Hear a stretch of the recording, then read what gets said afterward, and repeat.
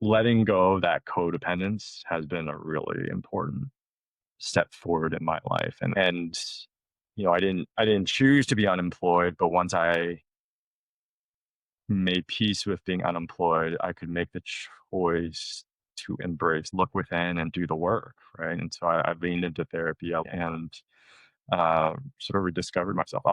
So we were still kind of going through the thick of the process of getting divorced and healing from those wounds and the trauma. And then when I did finally emerge from that, I was like, man, I gotta get my shit together, right? I just started cleaning up and just unpacking shit and like actually trying to make my apartment into a home. I got a new car and I started going to the gym again. I started rock climbing again. I started traveling and I started reaching out to friends, and but being able to take that time and really rediscover myself. Like I can look in the mirror now and I'd say like, hey, I like you. I'd buy you a beer. Like I would take you out for a beer. And that has made a really big difference in how I was able then to recommit to like putting myself out there on the job market. Welcome to Life Between Titles. I'm your host, Savan. There's something about talking to another father that just hits differently. In this week's episode, I sat down with Michael Lee, someone I've known since high school, but really may have never known until now. We talk about success, identity, and the space in between, and what it means when life asks us to start over. But what stayed with me the most was the way he talked about fatherhood, the quiet weight of it, the beauty, and the heartbreak. Mike spoke openly about his divorce, the pains of showing up to events alone, and the struggles of trying to hold it together for his kids, even when his world was seemingly falling apart. It made me think about my own journey as a dad. The times I've tried to solve everything, to fix everything, to make the world feel a little less uncertainty for my kids, and how often what they really needed was just somebody to be there.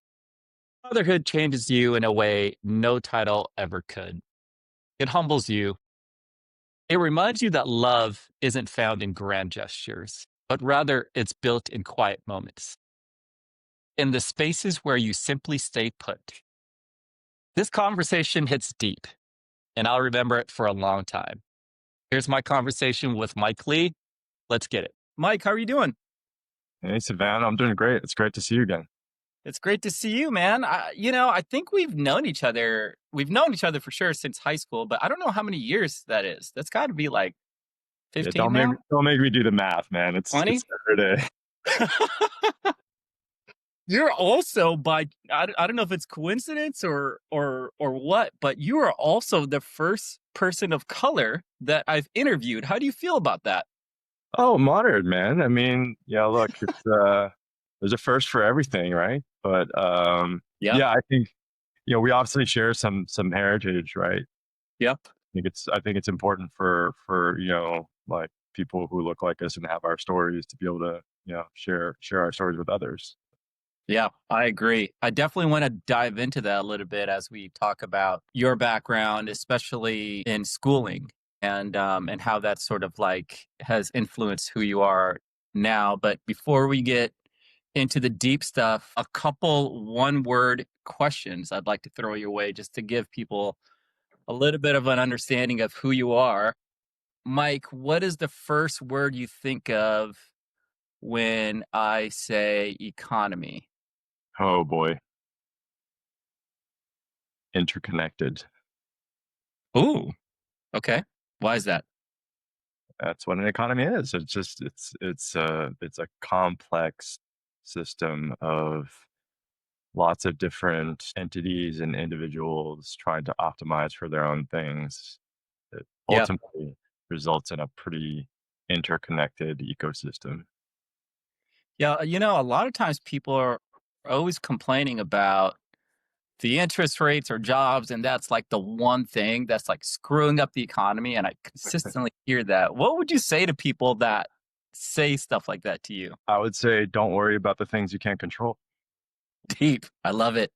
I love it. Next question, Mike. What word scares you right now? I'm a little struggling to come up with one word to answer you with, but suffering. Oh, okay. Tell me more. Tell me more. And it's not so much that it makes me fearful, but rather sad. I think you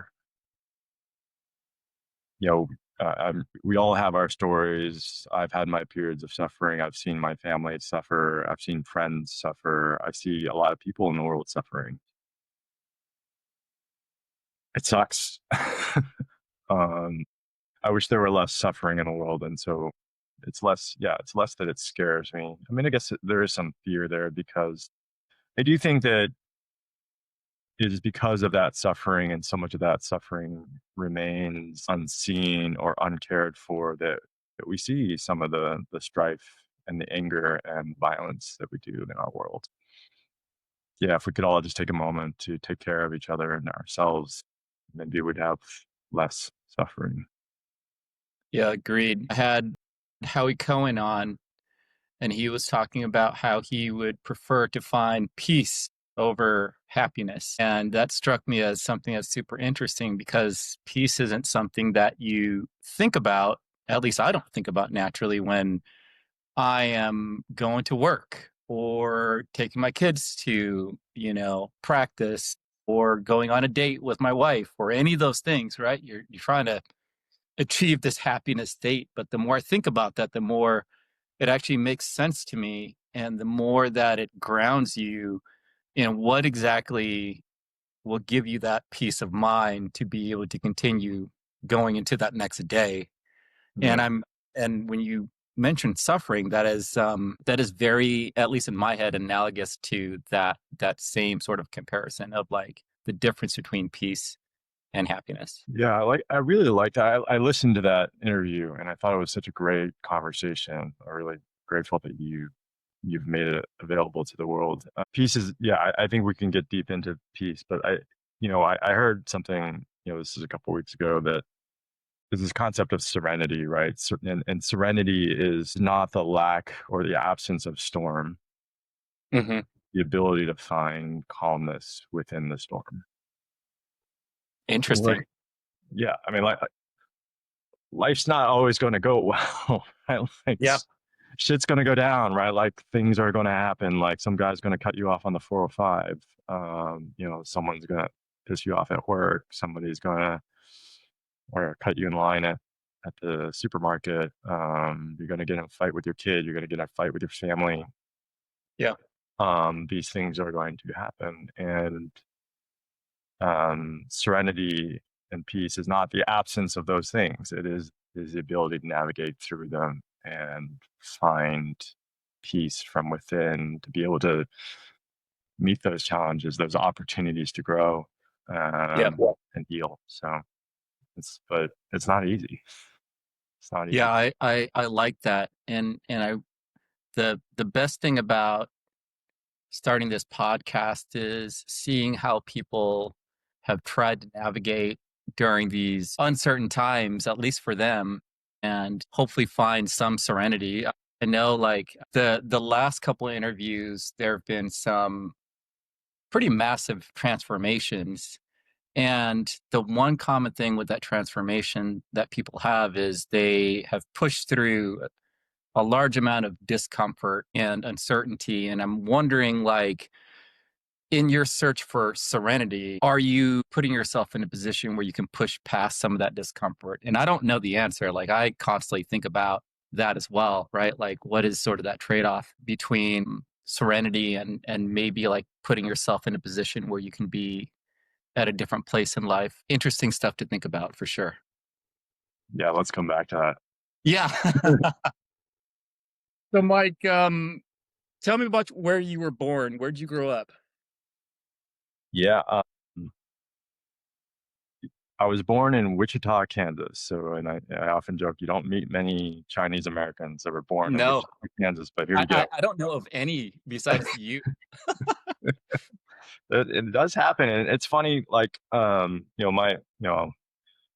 common things here, right? But like my parents are immigrants. Both my parents were born in China in the late 30s, early to mid 40s. China was at war, right? Like Yeah. World War II, Sino-Japanese War, and they went through a lot, and they managed to survive. And then there was the Chinese Civil War, and both my grandfathers were in the nationalist government. Hmm. So they obviously had to flee China in 1949 when the communists took over. So one thing led to another. They ended up going through undergraduate schooling in Taiwan, and then they moved here to the States, Hmm. as so many families do, to just seek a better life. But they both ended up, they were lucky. They got into PhD programs in the States, and were able to stay, find jobs. And my dad was a mechanical engineer, so he eventually found a job at Boeing, and that's why we were in Kansas, because they had big presence there. And surprisingly, there were actually a lot of Chinese Americans in Wichita, Kansas. Like, this is like a little known fact. Really?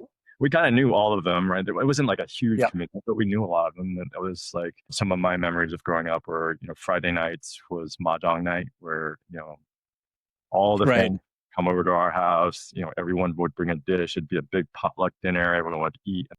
Parents would play mahjong until 2 in the morning, and the kids would play sardines in the can and the entertainment system and duck hunt and whatever it is we were doing at the time. And Yeah. so yeah, that's where I was born. When I was 10, we moved to Seattle. It's Yeah. where we obviously. My dad was working for Boeing, and we needed to move, and it was sort of an economic thing. That was I'm really glad we moved to Seattle. I still love Seattle. I mean, my son is a diehard Seahawks fan. Yes. We're rooting for the Mariners. Right, tomorrow's a big game, Yeah. and I love everything about Seattle in terms of the vibe, the culture, the outdoors, the mountains, the water. And so I live in LA now, but I very much miss Seattle. Yeah, it was interesting for us when we moved down to Southern California. This was for a job that I had with Cario. Samantha was very, very young, my daughter, and we really wanted to have her experience a different environment and be able to get outside and run around in the sun and all the reasons why people typically move to Southern California. And we were living in Orange County, and I just remember the differences between the lifestyle of growing up in Seattle versus growing up in Irvine was very, very different, at least in my opinion. And now that I'm back up here in Washington, I can appreciate the things that Southern California gave me. I don't think I really fully appreciated it while I was there, like the traffic and all those things, right, that you hit every day. But I did really enjoy it. What made you want to move to Southern California? Yeah, great question. So, my wife at the time, we're divorced now, but my ex works in the media and entertainment industry. So we had Hmm. met in New York, we got married in New York, we had 2 kids, and she was being offered a promotion. So they offered her to relocate her to LA. And she grew up in LA, in San Gabriel Valley. Oh, okay. Parents were Okay. still here. Her brother was in California. My parents were up in Seattle still. And so, we just had 2 kids. And, I was at this point running my own business, and it was just me. I could work from wherever. So we just kind of looked at each other and said, do we want to do this? And so we said, yeah, I think I do, I love a lot of things about New York City. It's a wonderful town, and it's so rich, and there's so much culture, and the the concentration of creativity and intellectual curiosity in New York is really kind of amazing. Because there's like no other city like it in the world, but it's also a rat race. And Yeah. like, raising 2 kids in New York City is it's tough. So yeah, we made the decision. In my mind, it was not a particularly hard decision to make. Um, Right. Plus, you suffer through enough northeastern winters. And summers, man. The summers are hot. It's humid out there. No, yeah, summers in New England and New York are just awful. So yeah, there's a little bit of a trade-off. Yeah, you got to deal with traffic and smog, and it gets hot in the summers here too. But yeah, SoCal life, it's hard to really complain too much about SoCal life. Yeah, I agree. I agree. Mike, I want to take it back a little bit to high school, which is where you and I met. And I'd love to get your opinion on a few things that I've been thinking about, especially the last year. I've been writing this memoir and trying to reflect on, my parents' journey and what it means to be an American, how we actually shape our identities and what that looks like. One of the things that I've been writing about is my time in high school and in college. And I think like those were very formidable years. You and I went to the same high school. It's called Lakeside. And for those that don't know, it's a smaller private school. I don't know how big it is now in North Seattle. And what I remember about it is that um, it was very hard, at least for me, from an education perspective, because I was I was transitioning from a Catholic school in Burien, which is south of Seattle. And I just remember I got straight A's. And then I went there and I remember my junior year, I got put into a sophomore level math class just because the things didn't transfer over well. And I struggled a lot just in certain parts of the more STEM oriented classes. But I also remember that it did set me up well for college and what that looked like. There were things though that I always found super interesting. And one of them was sort of the shape of the community there and how things like race and how much money or affluent parents were, how accessible you were to things like, I don't know, internships or availability to have people vouch for you when you're applying for college. Like a lot of those things, I didn't ever think about. I don't think anybody ever thought about outside of like people at places like Lakeside. What was that like for you? And how do you think that, those high school years shaped you going into college and then after that? Yeah, great questions. I mean, yeah, academically, I think, yeah, you and I had like a similar experience, right? Because like I went through public school like my whole life up through middle school. And I mean, I don't know. I honestly think that part of it was because I'm a September baby, so I was really old for that, right? Like I was one of the first guys at Lakeside that had a driver's license, and so like I don't know. I mean, I was able to cruise through public elementary school and middle school, and yeah, straight A's was like not a thing. Yeah. Um, and then like I think even like going into Lakeside, like I was a year ahead in the math program at my public school. And I remember getting to Lakeside and just being like, "Oh crap, I do not know anything." Right? Like I was Yeah. like I got placed into I think geometry freshman year, and then I was like, I don't understand this algebra thing. Like I don't know this stuff, right? And so I Yeah. like literally had to like ask for tutoring in like my first fall semester at Lakeside. So, but I do think that ultimately, right, like Lakeside does a good job of like at least for me, they met me where I was, and like sooner or later, I kind of got into the rhythm and I got the drill. So Lakeside was just an unbelievable academic preparatory experience. I mean, it is a prep school. I went off to college, and college was just like a walk in the park compared to Lakeside.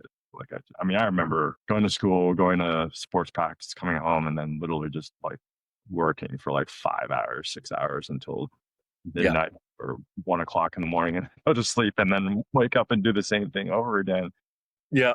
So there was definitely like there's some I guess there's definitely some value in just like the rigor of the academic program and I guess the discipline that it sort of puts in an individual to get through things. But I want to come back to your question about like race and socioeconomic class, I guess. Like I mean, my family was not a rich family by any stretch of the imagination. We were solidly middle class, I would say, but Yeah. you remember, like at Lakeside, they were like it was like the elite of the elite in Seattle, Yeah. right? I Like do remember.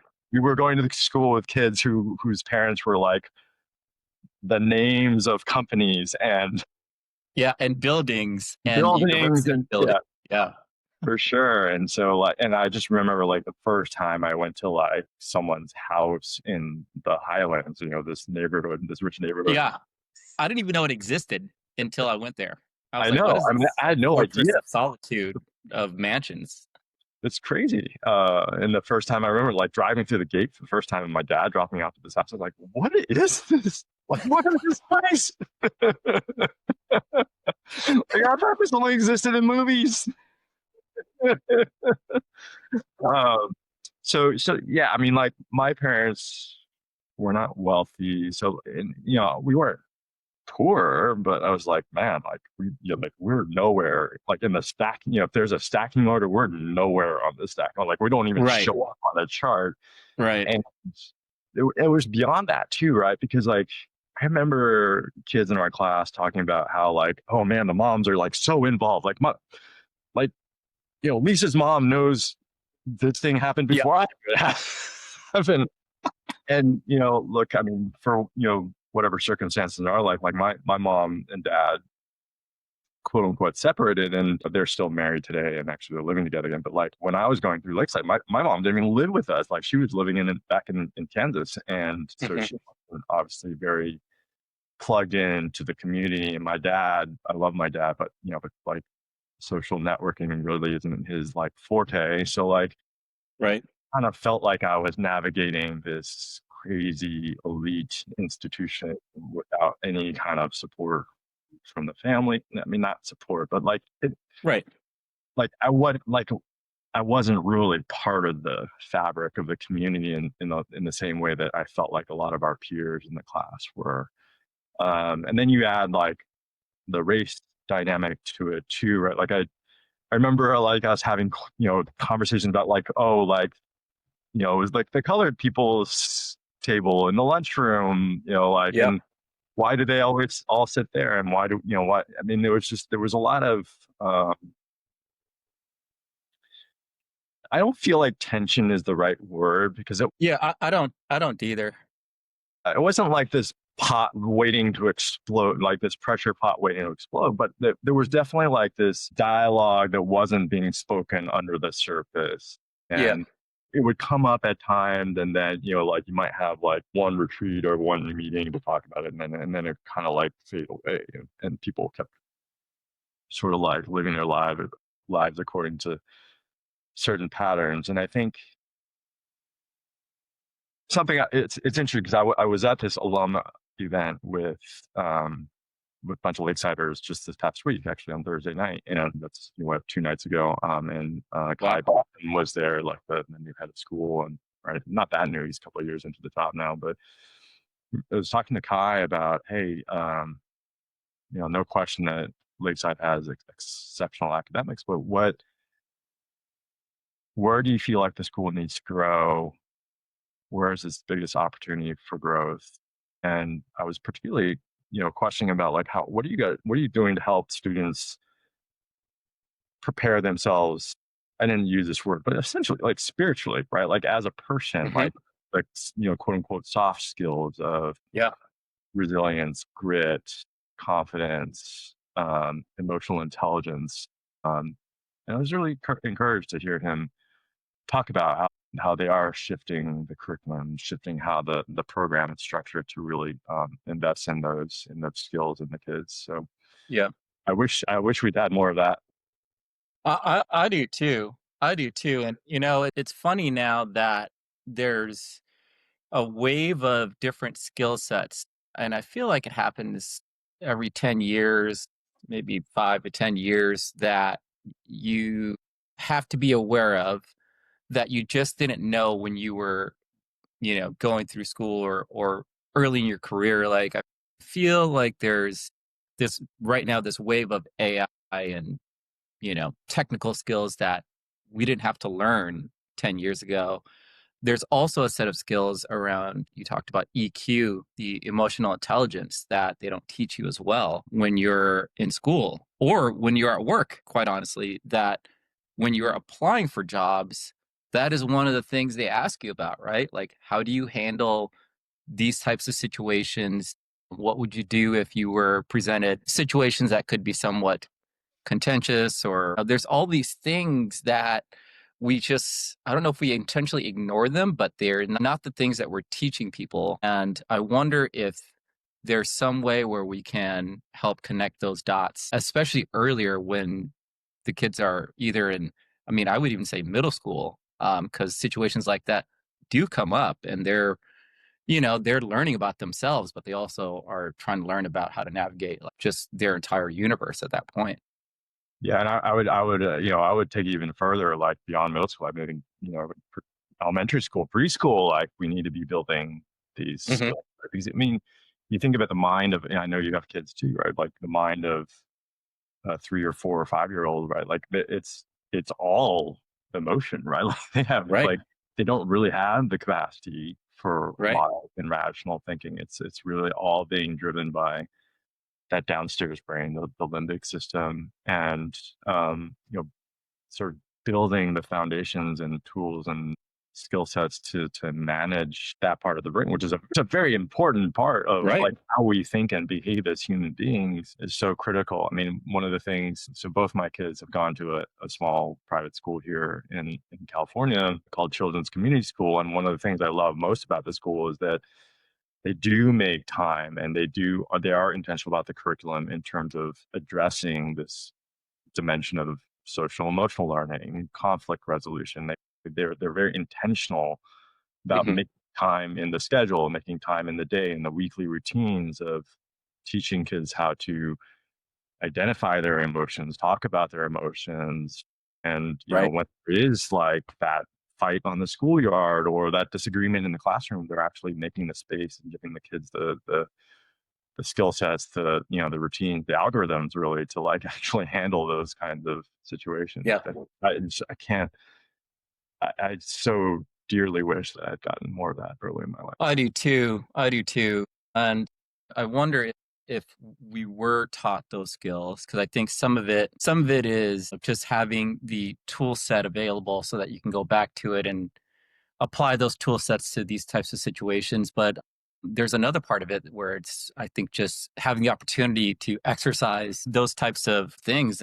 Right now, there's just so much uncertainty in the world with people in between jobs or in these different difficult situations. And I was in therapy probably about a year ago, and one of the things that I've been working on is trying to figure out how to better communicate my emotions in a way that is resulting in things that I can apply some sort of action to. Like I'm a very good person when it comes to speaking my mind about certain things, but I have a hard time saying that this made me angry because X, Y, or Z. Here's how we can talk about it. So that there's that emotional component that I'm just recently sort of getting the skill sets and that tool set to be able to work through that I never had before. And I think like if we were doing that a lot younger and a lot earlier,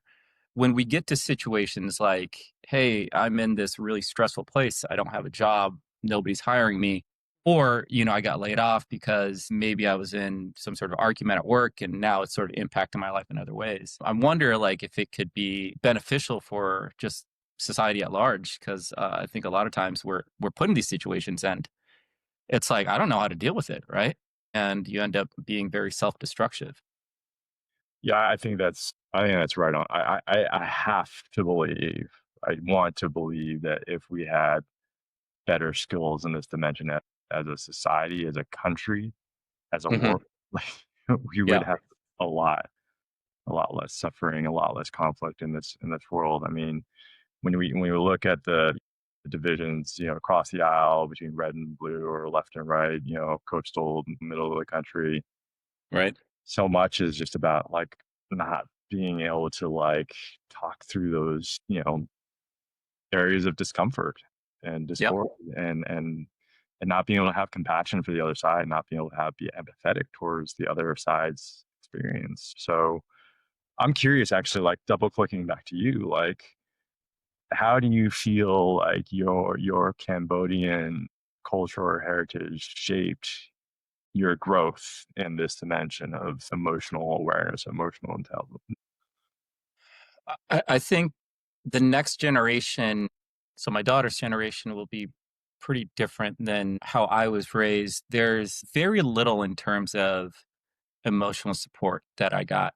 And it wasn't that my parents didn't love me. They clearly did, and they still do. It is that a lot of times there are situations that were either hard for me or I just didn't know how to navigate that I don't think they were well equipped to be able to help me talk through them in a way where it wasn't sort of at that surface level. Like we talked a lot about success, and I think the background of the immigrant story of coming here and being successful and being rich or having a good job or having a good title or going to good school was very much the priority in many ways, right? And that was sort of like the reason why you did certain things. You had a tutor or you went to a good school so that you can get to that next level. But I I didn't have a lot of conversations around like, is this something that is going to put you in a place where, you're maybe emotionally more stable, or, you're setting yourself up for being a good father so you can actually like, do the things you need to do to for your future kids. And we never had any of those kinds of conversations. And it was very much because, like, at least my parents, they worked multiple jobs, and the amount of time they had to invest in things like that was like very little. And and even when we did have that time, I don't think that was the priority, right? Because like, I mean, I'm feeling this now. There's a certain amount of time that you're trying to hustle and do your work, and and then by the time you get that little chunk of time, you're burnt out, Yeah. right? You're just like, hey, I Thank you. had a long day. Like, it's hard to get deep, and it's hard to have those conversations without it sort of like taking away from something else, and it's very challenging. It's very challenging. Super challenging. Yeah, I mean, if you're working multiple jobs and you're just, the tank is empty at the end of the day, like, yeah, like not only that, right? There's no energy for it, but I think, for my parents, and I suspect for yours, like, I mean, my parents didn't have like good role models. Hmm. Uh, themselves, right? It's not like, they didn't really get that from their parents. Their parents were just trying to survive a war, right? Like, Yeah. I mean, Yeah. so, and then I'm sure then their parents before them did not have great role models. And so, uh, again, I think this is not, I don't say all this to, throw a pity party for myself, right? It's like, this is not a like, woe was me kind of situation, but it is an examination of the facts. Right. And I think the opportunity here is like, we get to do something different. Hopefully we get to learn something from, you know, whether it's pain or suffering or just mistakes that we've made in the past, Yeah. and hopefully strive for something better in the future. Yeah. Mike, I want to go back to your college years. I know my college years were somewhat of a jumbled mess if I had to reflect on it. But you went to a college that I didn't get accepted into that I would have loved to go to. You went to Dartmouth. Did you go there for 4 years? I did, yeah. For How was that? And compare that to sort of like what we were talking about with Lakeside. Was it a very similar experience? That's what I picture in my head, at least, is that it looked very similar to Lakeside. Academically, I feel like it's maybe on par with it, but like, what was it really like? I mean, academically, it's so much easier. Damn it! I should have gotten in. I mean, I don't know. I think in college I got really good at figuring out what work didn't have to be done. Um, Yeah, and I would just, I would do enough to like know how to, write the paper or show up for the test and get through it. And, for me, at the end of the day, I was really happy to go to Dartmouth because like what we talked about earlier about, the mountains and the water and just being outdoors in the great outdoors was so important to me growing up in Seattle, and then, going to Hanover, New Hampshire was just like it was like Mecca for me in terms of being able to be in the outdoors. And so yeah, I like took full advantage of the out of classroom experience there. I would say. Yeah. Just, I took up rock climbing. I became a rock climbing instructor through the PE program there. I was an avid snowboarder. I became a snowboarding instructor, like where there were winters where I was, living next to the pond. So I would go to class in the beginning of the day and then come back to my room, throw down my books, and then grab my skates and go play ice hockey on the pond until like it got dark. It was just like, it was in many ways, it was just like this idyllic, bucolic, you know, very happy place. And yeah, it was like, it was kind of, it's a party school. There was a lot of drinking and, playing beer pong, late into the night on the weekends. I didn't join a fraternity, but I hung out at the fraternities a lot. Yeah. Um, in terms of the social dynamic, I do think it was, one of the things I felt graduating from like that, because so we always a small class, right? I think we had like 115 seniors Yeah. in the graduating class, something like that, right? And then by the time we graduated, I was starting to just feel like a little like socially claustrophobic. I was like, I don't know, like I just like I need more, and like I need more opportunity, need more people. And I think Dartmouth was a little bit of that. Like it is a bigger school than Lakeside. Almost every college is. It was still a small college, and so that was somewhat refreshing. I would say that like there was less of that dynamic of, like going to somebody's house in the islands and feeling, oh my god, like I'm just like nowhere on the same chart as these people, because everyone's living in the same dorms, right? Like no one, Right. like it kind of felt in a weird way that they're like the playing field was a little bit level, even though surely it wasn't, right? Like, I mean, there were definitely kids at my school, as I'm sure yours, like where, they came from incredibly powerful or wealthy families. It just wasn't as obvious like who those people were.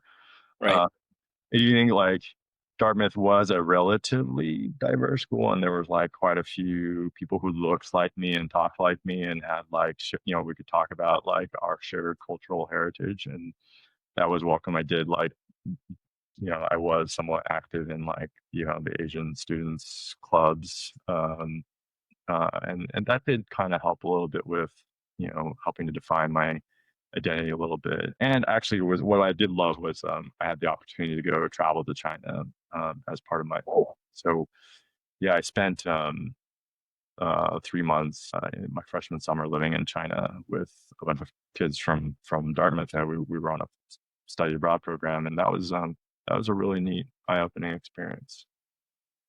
Did you feel like when you were in China doing that study abroad program, did you feel connected to the culture and the people there, or was it a different feeling? Not really, right? Because I mean, I was born in Wichita, Kansas, right? Like I'm Yeah. like, right, we used to use the joke banana, right? Like in Yeah. like back then, and like I was Yep. really like a banana, like kid. My friends would call me banana. For people who don't know, like that's yellow on the outside but white on the inside. Right. Yeah. Right? I mean, like I still say y'all sometimes, right? Like it just it's a thing, right?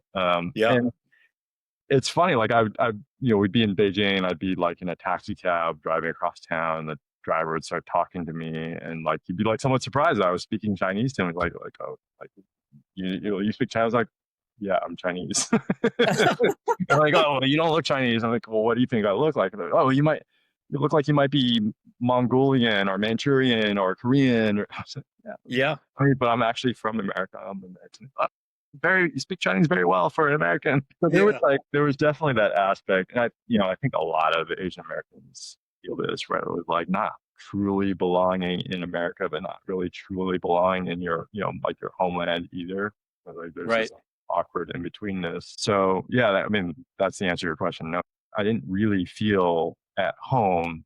And yet it Right. was so interesting to be able to experience, aspects of the country where my parents were born. Mind you, this is like in the late 90s when China it had emerged from, sort of the worst of, Maoist China for some time, but it was still pretty early in its evolution from, the Cultural Revolution transition into what is now, effectively Chinese capitalism. So there was Yeah. a lot of, like we would go on these trips to Inner Mongolia or to Western China where it was, we were like kind of roughing it. It's like, wow, this is a third world country still. Yeah, for sure. I mean, relatively speaking, the transformation is nothing. What was one thing when you were over there that you wanted to get out of that trip? I don't know that I was self-aware enough at that age to answer that question. Yeah. As a teenager or young adult, like you do so many things on for somewhat whimsical reasons. And Yeah. I think, we had a language requirement at Dartmouth. I was taking Chinese class my freshman year, and then the opportunity to go on this trip came up, and I was like, and I will say, like, I had done a similar trip when we were still at Lakeside. I would think it was the summer between our sophomore and junior years. I went to Taiwan, and I spent the summer living in Taiwan doing a similar kind of language study abroad thing. And Mhm. that had been such a powerful experience. That one in particular had been a much more powerful experience, actually, because that program was put on by the Taiwanese government and was specifically designed to bring, everyone back from the Chinese diaspora. Like Wow. wanted people to come from all over the world and come back and experience like Taiwanese Chinese culture and be together again. And so it was just like the wildest experience, right? Because like there were a bunch of kids from America, right? Like not just like the coastal cities, but like Dublin, Ohio, and Austin, Texas. But then like, there were I remember there was like these Finnish twins that were half Chinese, half Finnish from Finland, and people from Belgium and from Singapore and Australia. And it was like just Whoa. the incredible like cosmopolitan mixing bowl of people with common Chinese heritage. And that was just a really cool trip. Mike, there's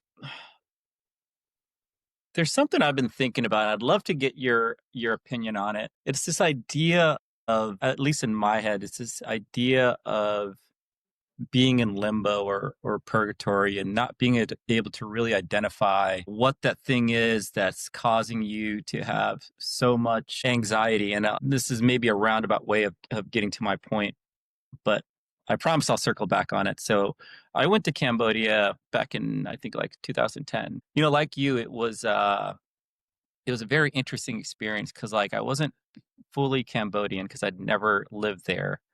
And I don't look like it. I'm not dark enough. I'm too tall, all the things, right? Right. And when I was there, nobody knew that I was Cambodian. And I don't speak the language that well to pass off as like a fluent person who lives there. So many times I was just like a tourist, even though I was there with my aunt and my uncle and all those things. And so I never really felt like I belonged to that culture. Even to today, I don't feel like I could ever move back and live there, even though that's where we're from.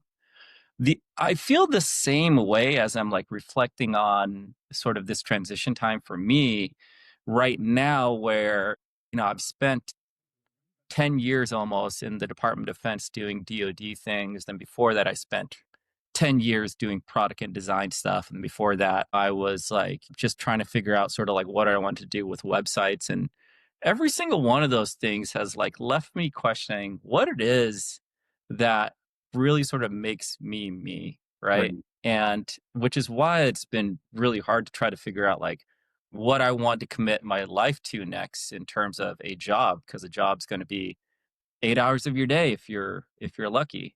Um, and for you though, like how, you went abroad, you studied in China, you've come back and you've done like amazing things in a wide variety of different fields. How have you sort of like thought about identity and commitment and where you actually like want to put your time for the next 5 or 10 years? Hmm. Yeah. I was hoping we'd talk about this Okay. I swear I didn't set it up. today. Are you familiar with Simon Sinek? Oh yeah. Yeah. Yeah. Big fan. Yeah, I'm a huge fan of his. Like, it's like every time I listen to him speak, it's like I mean, first of all, I know his voice like intimately now, right? So I don't even need to see his face to know that it's Simon. Right. He has so much stuff, good stuff out there.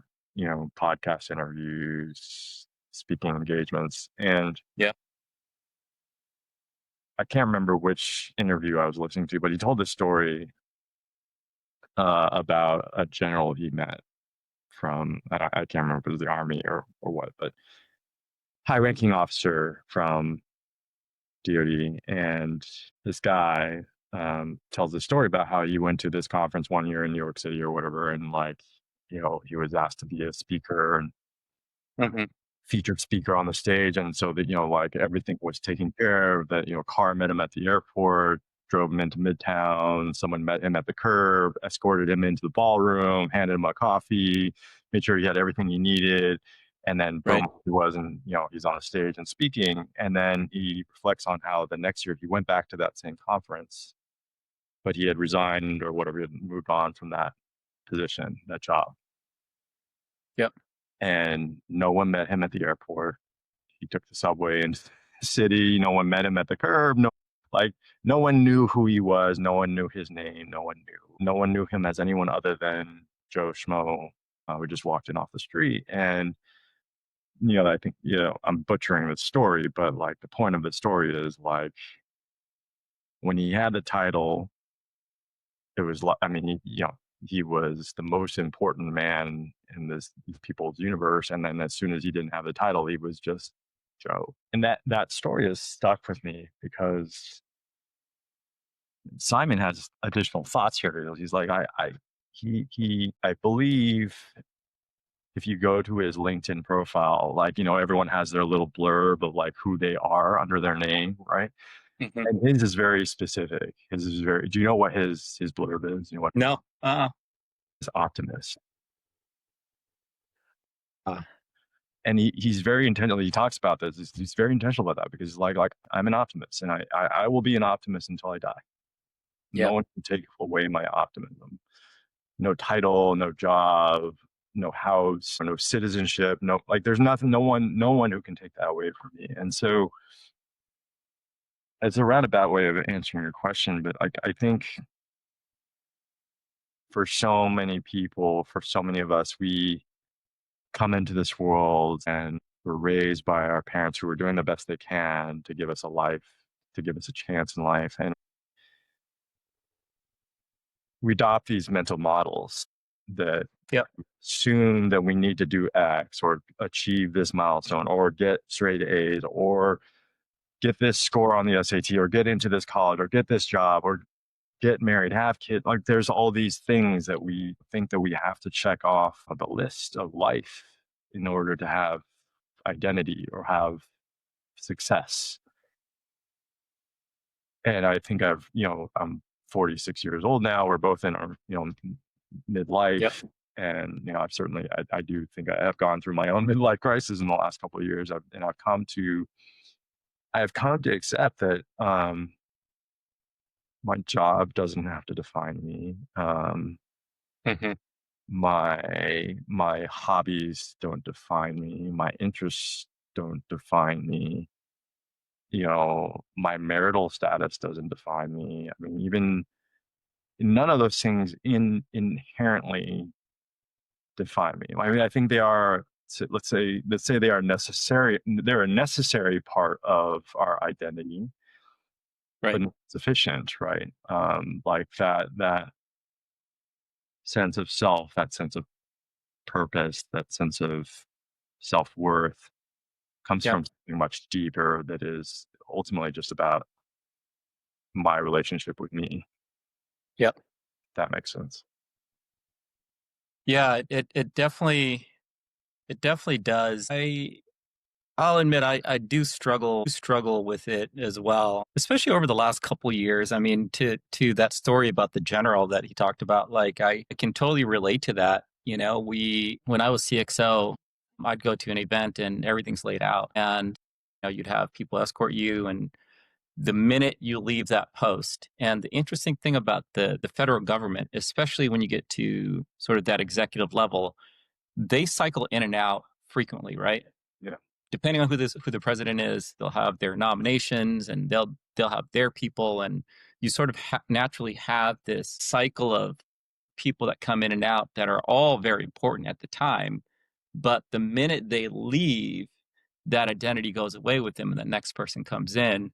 And it's very hard. And I mean, this is maybe sort of like putting more out there than I'd like, but I do think it's very hard emotionally to know that you've been in that position. And then when that goes away, you're just like, okay, how do I need to reinvent myself? What does that look like? How do I actually make an impact? And is it okay if I don't do those things, right? Like maybe I just want to blend back into the world and not have to worry about getting that next executive position to do those types of things. And I think that's the struggle that many of us have now, especially I think people that are of our age with our background and knowing the things that we've done in the past. Like I constantly think about like, am I squandering sort of all of the currency I've built up over the last 45, 46 years if I don't go and try to get that next big title job. Mhm. And it definitely gives you a lot of anxiety. Yeah. Yeah. I think I've felt that anxiety. I've felt that, like, I know you and I are, like, in each other's LinkedIn feeds a lot, right? And I think LinkedIn is so wonderful for so many reasons, but it's also a really dangerous place for me to be, right? Yep. Because that keeping up with the Joneses, like, little, like, that back, that part, that sort of wounded voice in the back of your brain who's like, "I'm not good enough. I'm not good enough. Why am I not doing that? Why don't I have this yet? Why haven't I succeeded like Ted, right? Or Yep. Jim or Bob, right?" Um, and it's like a dangerous space to be. I mean, it's like one of my favorite books. There's a line in it like, "What's the biggest waste of time? Comparing yourself to others." Mm. So I, I do find myself taking time, especially when I feel myself getting triggered in that way, where I'm starting to like go down that little shame spiral of, oh, I'm not good enough. I remember to take a beat and say, hey, like, you're not running their race. Hmm. You're running your own race. Run your own race, right? Like, Yeah. focus on you and focus on what makes you, back to your earlier question, like, not necessarily happy, but peaceful, Yeah. serene.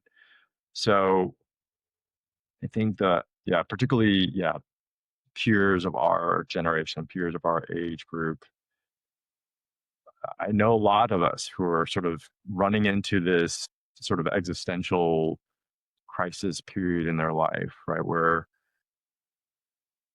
they have had success, right? Like, they did get the C-level title, they did make partner at a firm, they did a few things, or maybe they didn't, and they're still struggling.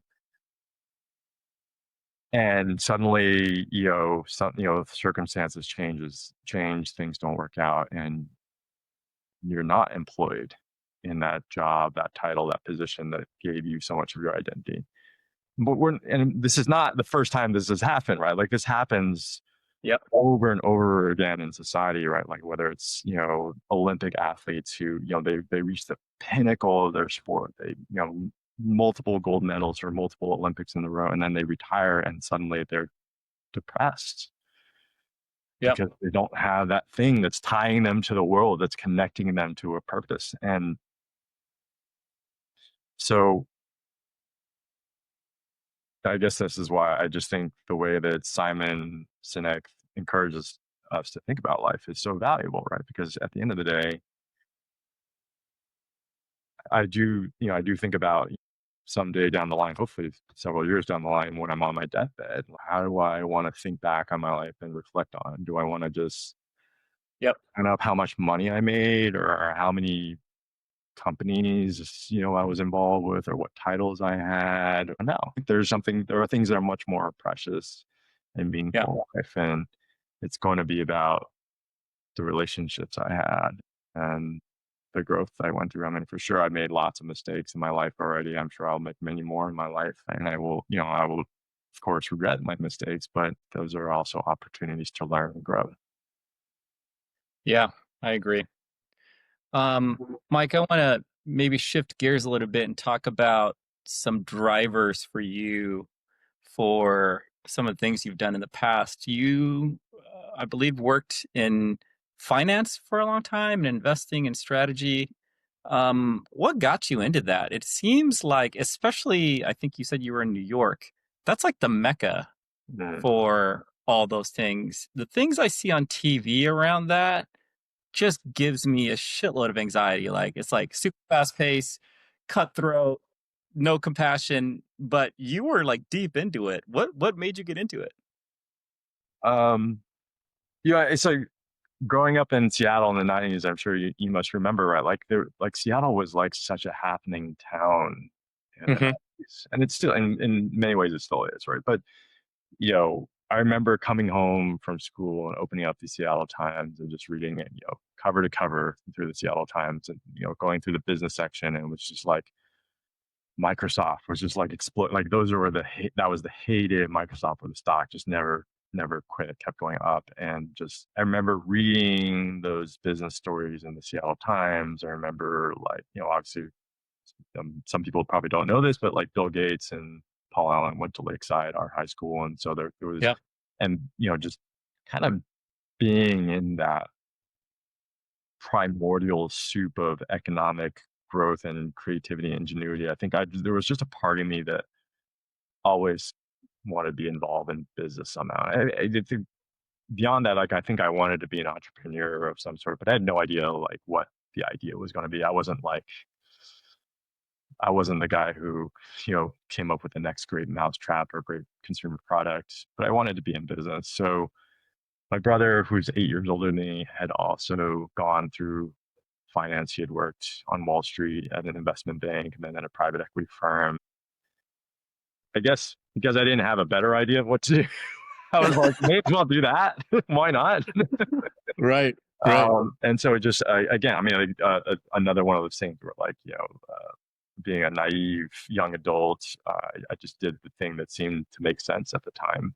Um, uh, and yeah, it was like the thing that gives you anxiety to watching it on TV or whatever. I mean, like a lot of that is dramatized, of course, but yeah, I mean, 80-hour weeks, 100-hour weeks, working on Wall Street, pulling all nighters.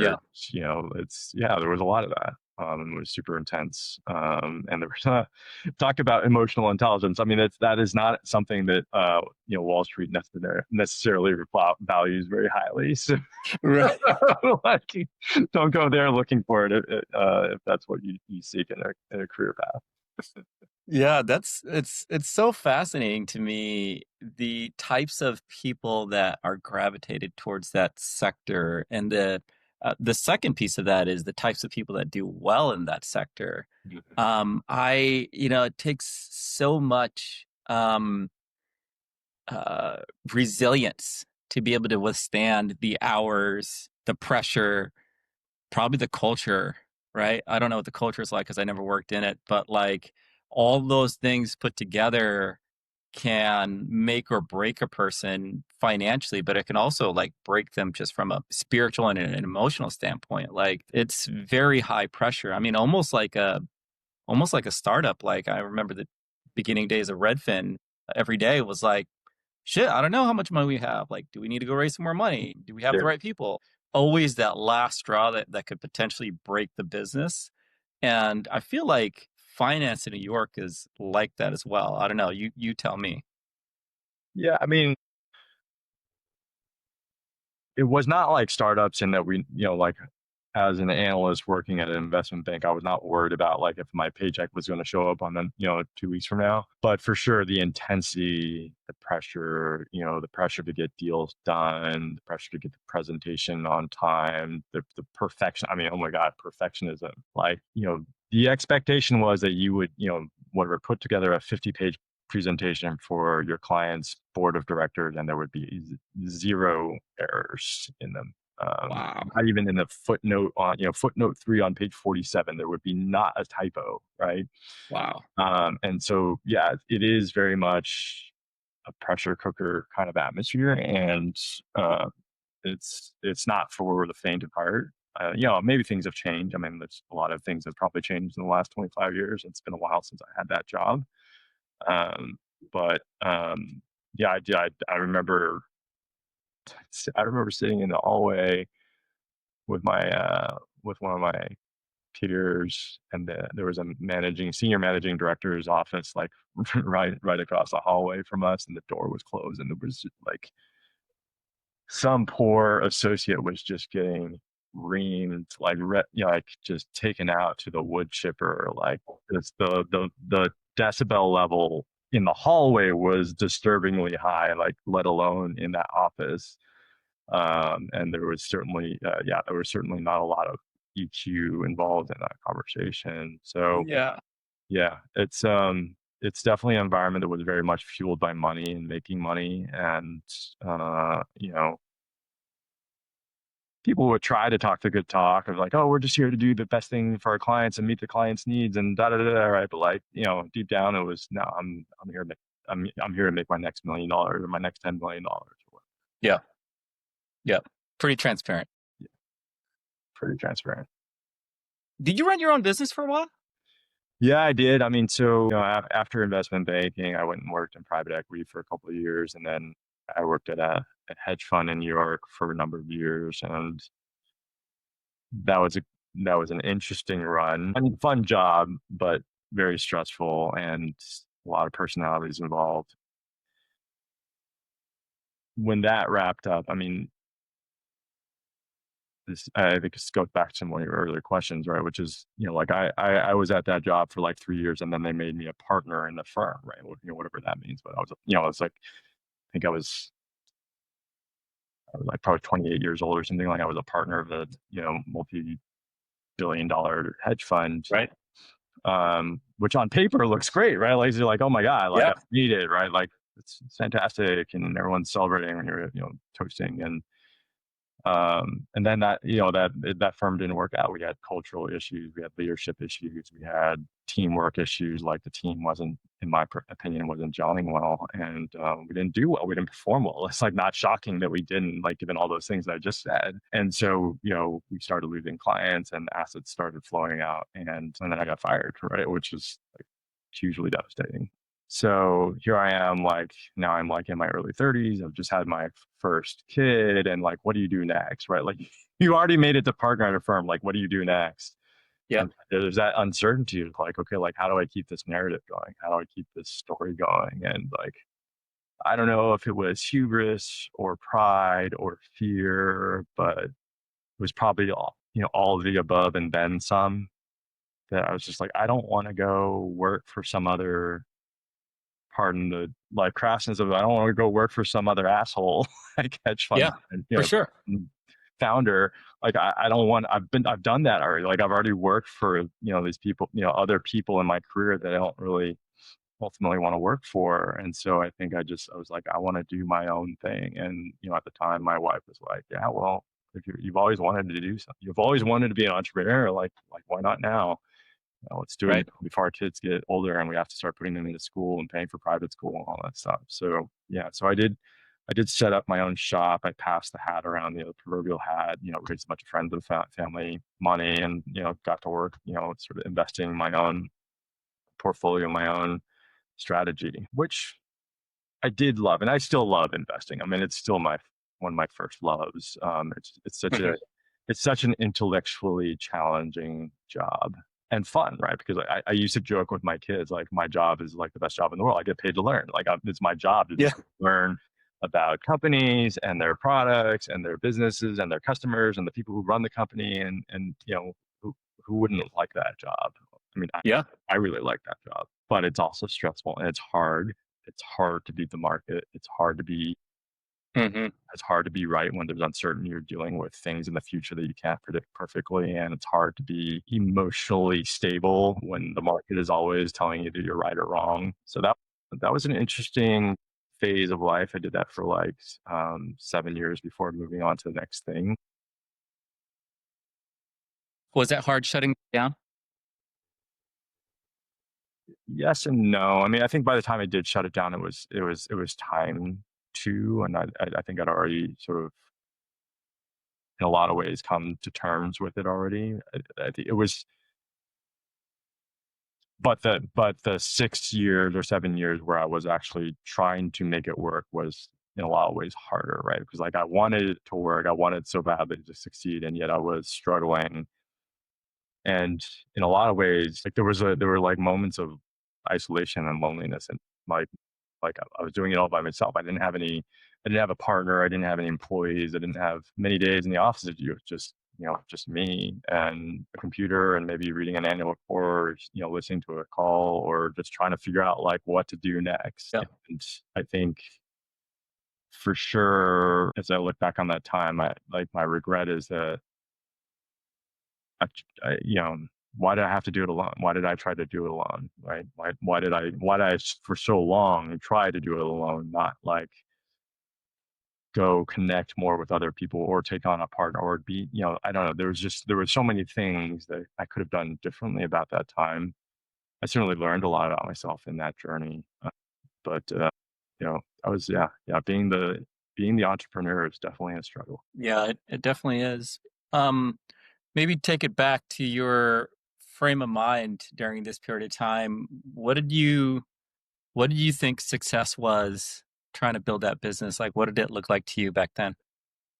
I mean, it feels like so shallow looking back at it now, right? But it was like, oh yeah, we're gonna have really great returns. We're gonna go, grow the business, grow the assets our manager, attract more clients, and just make more money for people. I think that's a lot that was below the surface. I mean, I think I did in that moment try to like think back to the why, like why was I doing this? Like what was the purpose beyond making money? And so, you know,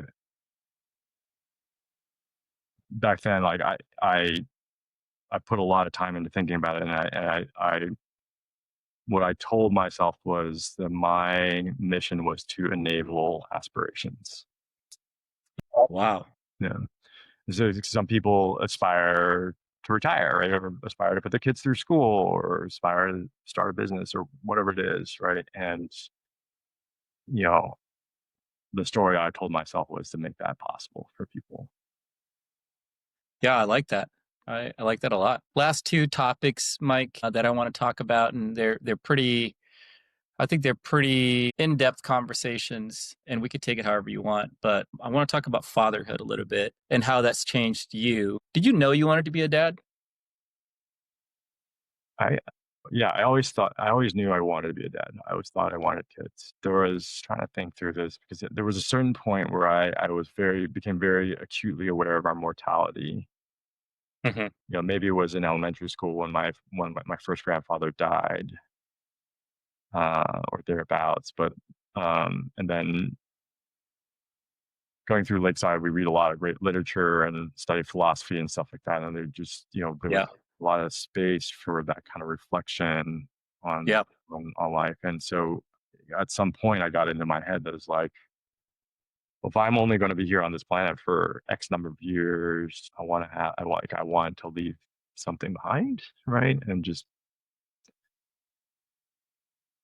And I don't know if that was like, I mean, it's hard to remember exactly what my motivations were back then, but like maybe it was some form of narcissism and just want to have like, quote unquote, leave a legacy. I think there's always been a piece of me that has wanted to be some kind of teacher. There were a lot of teachers that we had at Lakeside and some in college who really had a profound impact on me. And we still sort of very much shape the way I think of myself and think today. And so even though I, clearly have not become a teacher as a profession, like maybe, having kids has been a way of sort of scratching that itch.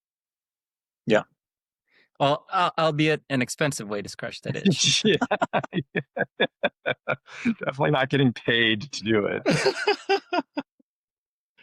Yeah, I mean, fatherhood for me has been this interesting journey. Pam and I, when we got together, she has two kids from a previous marriage, but the kids were very young when we got together. They were 4 and 9. Hopefully, my daughter never listens to this, but we never planned on having another kid, right? Like, I was okay, content being a stepdad. The kids were great. We had a good life, and when we had Samantha, it wasn't planned, but the minute that she came out into the world, it was very weird because like you're looking at this mammal that looks just like you and you're just like, what the hell is going on? And being a dad for me is just like, I always thought that I knew exactly or close to how the fuck I wanted to raise kids so that they could be successful. But the older that she's gotten, the more I have so many doubts about whether I'm doing the right thing. When she was younger, like 3, 4, 5, sort of on autopilot, you take them out, they run around, you come back and whatever. But now it's like, I think about how much time I spend with her, the types of things we do. Am I pushing too hard on certain things? Trying to have her go to play these different sports that she doesn't like. And it really is part of like this bigger picture that I'm thinking about of commitment, a commitment to yourself, to your family, to your kids, to your profession, and what that ultimately looks like. Where you're at now, Mike, how are you sort of framing this opportunity right now with being a single dad? I'm assuming a single dad, and you're in this transitional period. How are you framing that? Hmm. Well, first of all, yeah, like I think so many parents are like, I am totally not going to parent like that person I saw at the Hmm. McDonald's. I'm not going to parent like my parents did. Like I know Right, exactly what my game plan is. right. And yeah, sure enough, like you get to like 2, 3, 4 years old, and you're like, I have no clue what I'm doing. Right? You think you know, Yeah. you don't know what you don't know, and it's yeah, being a father is one of the best things that's ever happened to me, ever that I've been done in my life, and it's also one of the hardest things I've ever done. Yeah. And particularly the last couple of years, going through divorce and having a very significant transformation in the shape of our lives, and now having to share custody, and that's tough on the kids, right? Like having two homes is difficult. Having to do more in the loss of the family life that we had before is difficult for kids and Yeah. I mean, younger it's difficult for you too, right? right? Yeah, for sure for me. And then yeah, I remember feeling a lot of shame around our separation, then divorce. I remember not like wanting to go to school events, not wanting to show my face to other parents, like that's how deep the shame spiral was taking me. Right. And, having to get out of that was difficult, was hard. And ultimately what I've come to realize is I just have to show up for the kids, right? Just be present, right? I don't have to fix their emotions when they're sad. I don't have to, I don't have to explain the concept of pi r squared when they're struggling with their homework. I Yep. just show up and sit there and be with them. And that is well more than half the battle.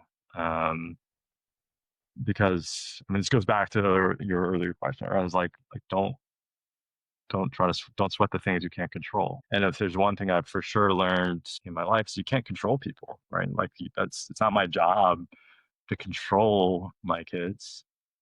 It's my job Yep. to go up for them and be a guide for them and share my experience with them. And hopefully they might learn from some of my previous mistakes, but ultimately they're going to have to make their own. And when they do, I can be there to just sit there in the mud with them. And if they're angry at me, I can sit there and hear their anger and understand their anger. And then if they're happy, I can be there and appreciate and celebrate their happiness. But yeah, I think kids kids have taught me that very, very important thing in life. Like trying to control their people is for sure a recipe for disaster. Yep. It maybe works in the army because that's like kind of like your job, like, right? To control. Right. But even there, right? It's like I think you know if you study military history, right, like the shape of war changed a lot between the Napoleonic era and World War II and beyond, right? Because we discovered that if you give a platoon agency to operate independently, and it's actually going to set them up much better for success than Yep. kind of command and control everything, right? Yeah, I mean, to that point, I one of the things I've struggled with lately, I would say probably within the last like 15 years, 10, 15 years, is I have this propensity to try to fix everything. Yeah. And it's very hard for me not to try to do that. And I'm not just talking about like, physical stuff that's broken, but anytime there is a challenging situation, whether it's at work or at home, um, my wife tells me, she's like, I don't need you to fix this. I just need you to listen. Hmm. Uh, and I'm sure if my daughter could communicate that, she'd probably say the same thing, right? Where you don't have to have the answers. But, with my upbringing, I always felt like I had to have an answer. Um, and it was like you sort of failed if you didn't know how to fix something, right? If the thing just sat there. And I definitely struggle with that. And that's probably one of the biggest challenges I have right now in this period of transition is I feel like something needs to be fixed, but I don't know how to do it. And that is probably the most painful part of this journey, at least for me, is not having the answers to do those things. So double clicking on that, like, what is it that you think needs to be fixed?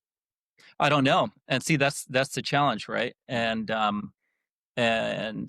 maybe nothing needs to be fixed. But in the way I approach things is I'm a fixer by nature. I go and I just take the analogy of being a product manager or leading product teams. Like you go and you figure out the problems and you optimize for it. You build something, you release it, it gets better, you go to the next thing.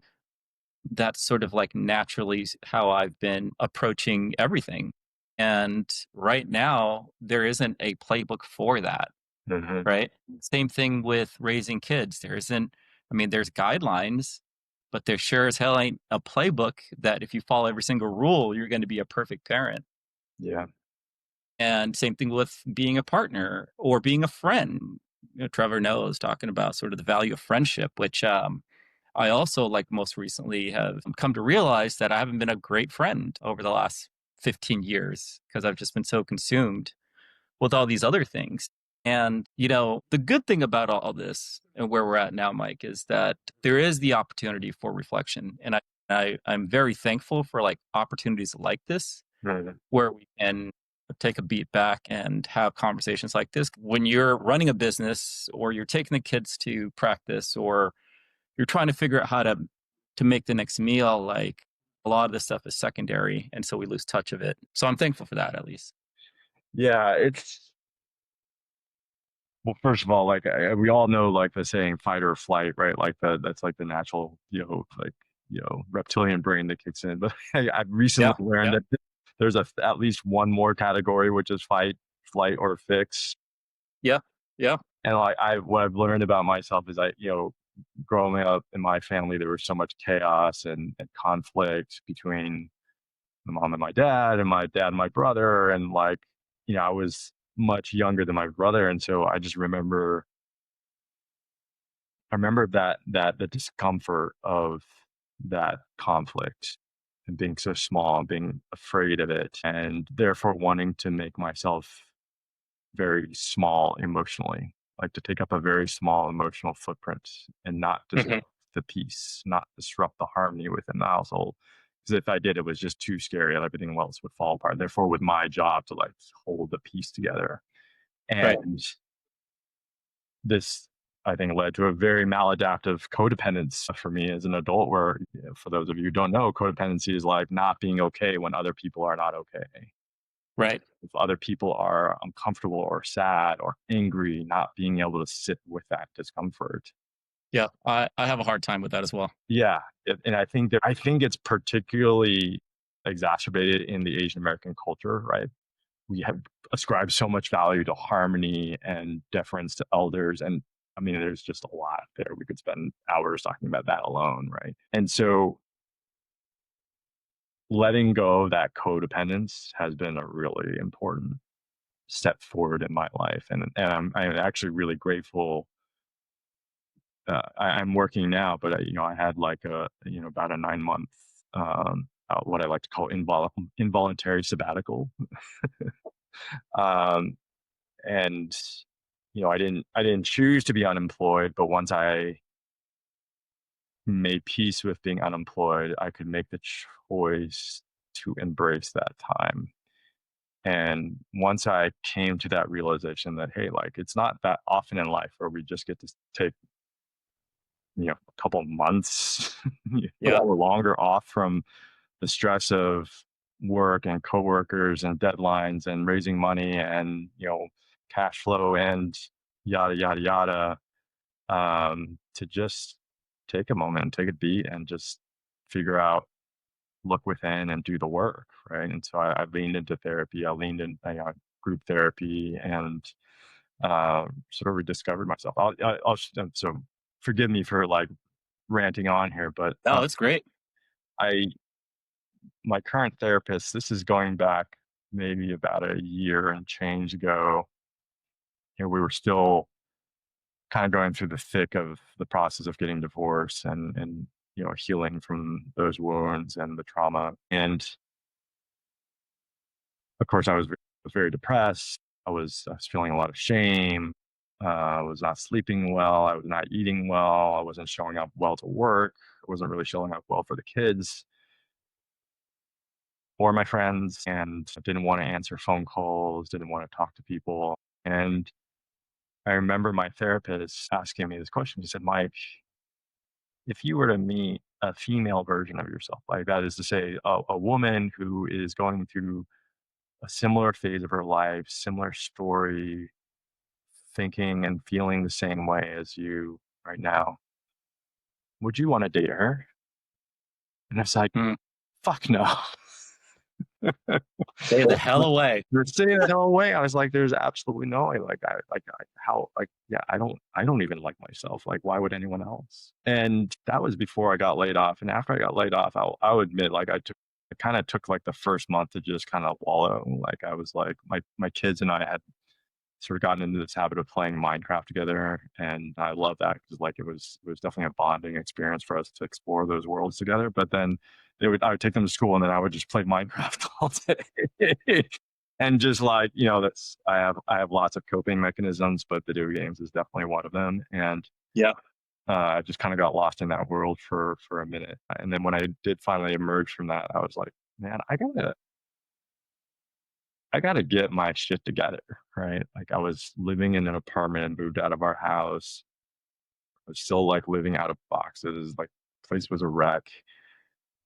I just started cleaning up and just unpacking shit and like actually trying to make my apartment into a home. And then I ultimately bought a new home and now it's it doesn't really, you can't really tell from it, but I do actually try to invest some effort into making it a home. And I got a new car and I started going to the gym again. I started rock climbing again. I started traveling and I started reaching out to friends and going out on dates with my friends. Not like romantic dates, but just like Right. I'll get dinner with a bud and talk for hours, go for a Yeah. hike up the hill um and then yeah, all the therapy and group therapy and doing the work and reading again and writing and playing music and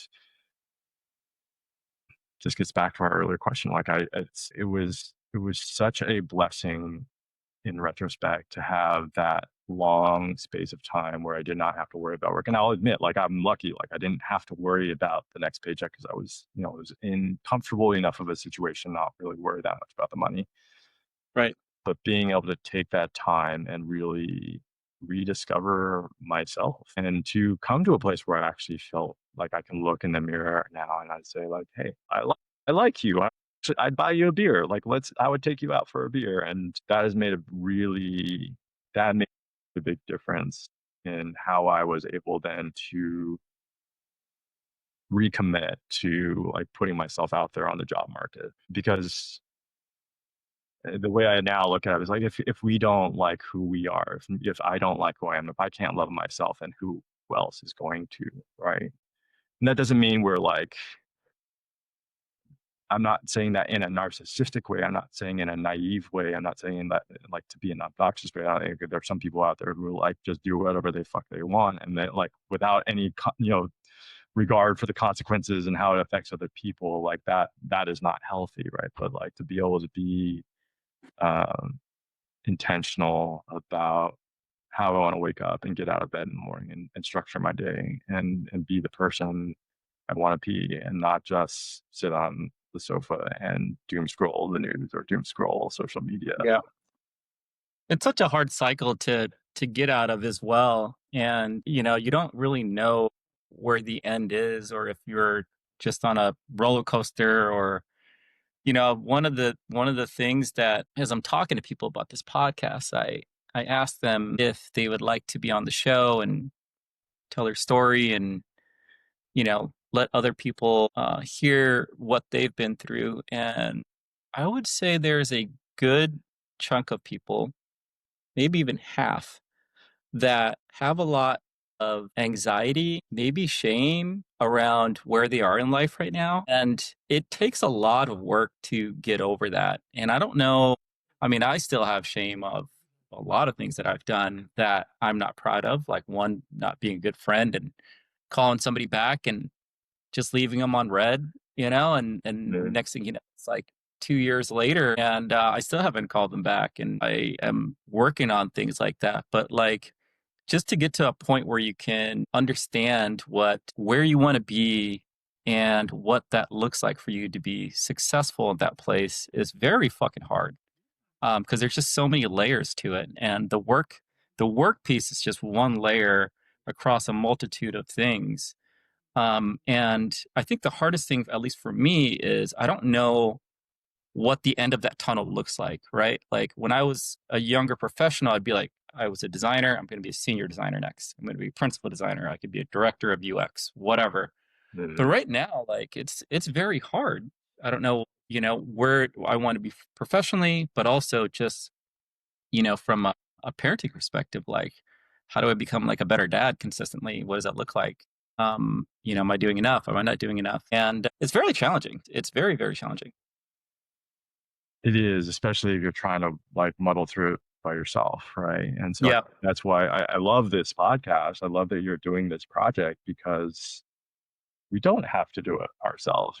Like there Right. are people who are in the mud with us, Yeah. and we just have to be willing to like pick up the damn phone, the 500-pound phone sitting right there on the desk, and either accept the call or, God forbid, just do the brave thing and reach out to someone and say, "Hey, I'm kind of stuck here." Yeah. And that, yeah, like that shame. Have you seen K-pop Demon Hunters yet? I saw half of it and then I fell asleep, but I heard it was fantastic. Go I back and love watch K-pop, it. by the way, and I love anime, so it's like right up there for me. This my ex-wife actually reached out to me and said, "Hey, I just watched this movie with the kids, and you really should watch it because I don't remember the exact term she said, but she's like, it's really it's an anime or whatever, but it's about shame and it's about identity and it's about like coming to a truth about yourself, coming to an understanding of yourself. And it is a wonderful film. And yes, the music is catchy, and yes, the animation is fun. But I do think that there's a deeper storyline there that I think resonates with so many people, me especially. But it's so easy to get lost in that shame and anxiety and depression, and like loss of identity, mourning something that used to be so important to what defined you. Yep. And in those moments, it's very easy to say, I just want to sit here and be by myself and I don't want to talk to anyone. And it's conversations like this, right? Where we get to tell our true story, to be vulnerable with each other, to show each other like what's going on inside. And it's not always pretty, right? I think that's, you know, thinking back on the experience at Lakeside, right? Like I do kind of have this recollection that everything had to be perfect, right? Like Yep. we had Agreed. we had to be doing exceptional things in the classroom. We had to be doing exceptional things on the athletic field. We had to be doing exceptional things in terms of music or art or design. we had to dress a certain way, right? Like, I mean, we had to get into colleges, and I really, I wish we could go back and just say, it's okay to have some imperfections. It's okay to have some flaws. Things are not always going to go to plan. And when they Yeah. don't, those are the times when the community, the friendship, the fellowship is most critically important. Like for me, there's absolutely no question in my mind that if it hadn't been for some of the friendships that I have formed, for the people who were there for me, who picked up the phone, who went out to dinner with me, went out to coffee with me. If it hadn't been for those people, like yeah, I just don't see how I would have gotten through this at all. Yeah, it's amazing. It's amazing how having a good support group gives you, or at least guides you into maybe different ways of thinking that you could be stuck in. Like I know for me, I get into these spirals pretty easily where I've got to do certain things by a certain amount of time, or there's a pressure to, have a certain series of goals that I need to get done by a certain amount of time. And it's hard for me to get out of that without sort of that external help from people that you trust. And it's definitely invaluable. Yeah, there's you remember in physics class, like watching the videos where like you're watching the guys pass the ice puck back and forth to each other, but then Was like that Miss Copeland? Who was our physics when teacher? I had Gary Mistretti, I think, right? Oh yeah, But like yeah, then they're passing the puck back and forth and it's going straight across the table, but then suddenly it makes this like curve and like comes back to the guy. yeah, And it's, the whole point is like frame of reference, right? So if like they're in a rotating frame of reference, but you don't see it, then you can't make sense of what's going on in front of you. It doesn't make sense. And um, there's a very wise guy by the name of Peter Coffin, who helped me understand that, like, yeah, when you're in it, when you're in the road, when you're in the moving frame of reference and you're seeing something that happens, you can't make sense of it because you're in that frame of reference, right?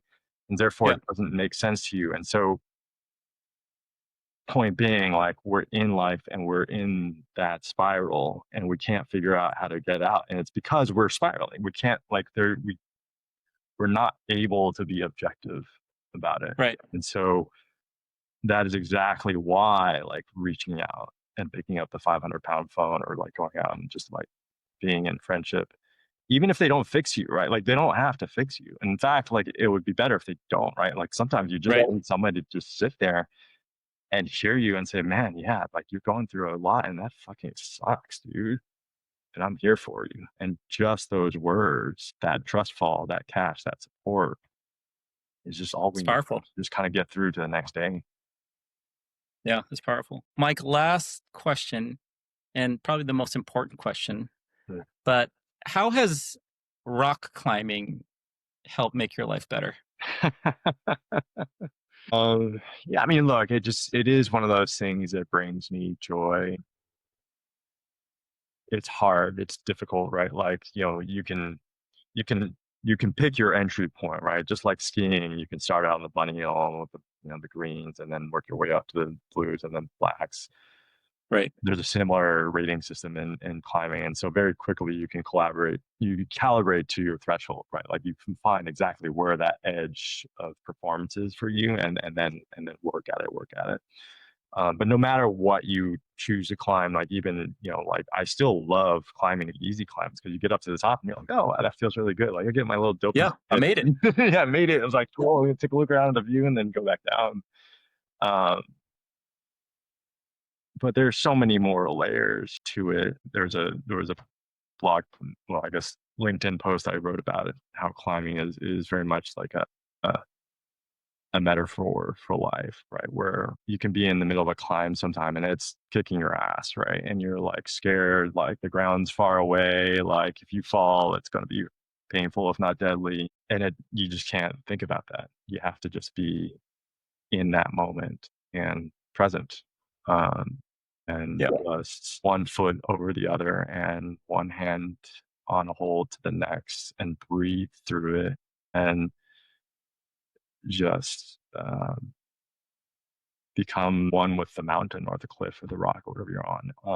And Yeah. it's that moment of flow that I think so many of us like kind of live for, whether you're a surfer or a runner or whatever, like that moment where you kind of transcend from prefrontal cortex thinking to just you're just operating on a different plane of existence in a way that somewhere between meditation and exhilaration and just sort of, not to sound woo woo, but just like oneness with like your environment. It is like a very special place to go for me. And on top of that, it's community, right? Because you rarely, unless you're a freak of nature like Alex Honnold, you're not climbing alone, right? Like you typically Right. go with somebody else who you entrust your life to, right? Like you're going to have to communicate well and plan and talk about like how are we going to approach this problem, and like where are we getting stuck, and how can we help each other and support each other and make sure each other feel safe.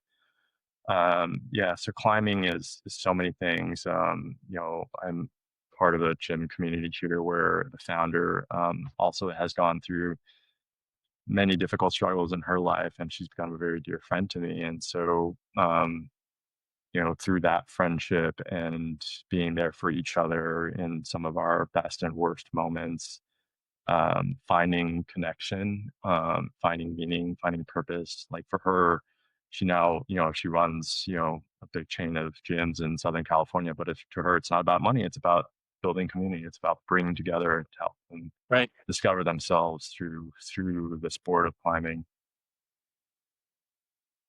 Amazing. Amazing.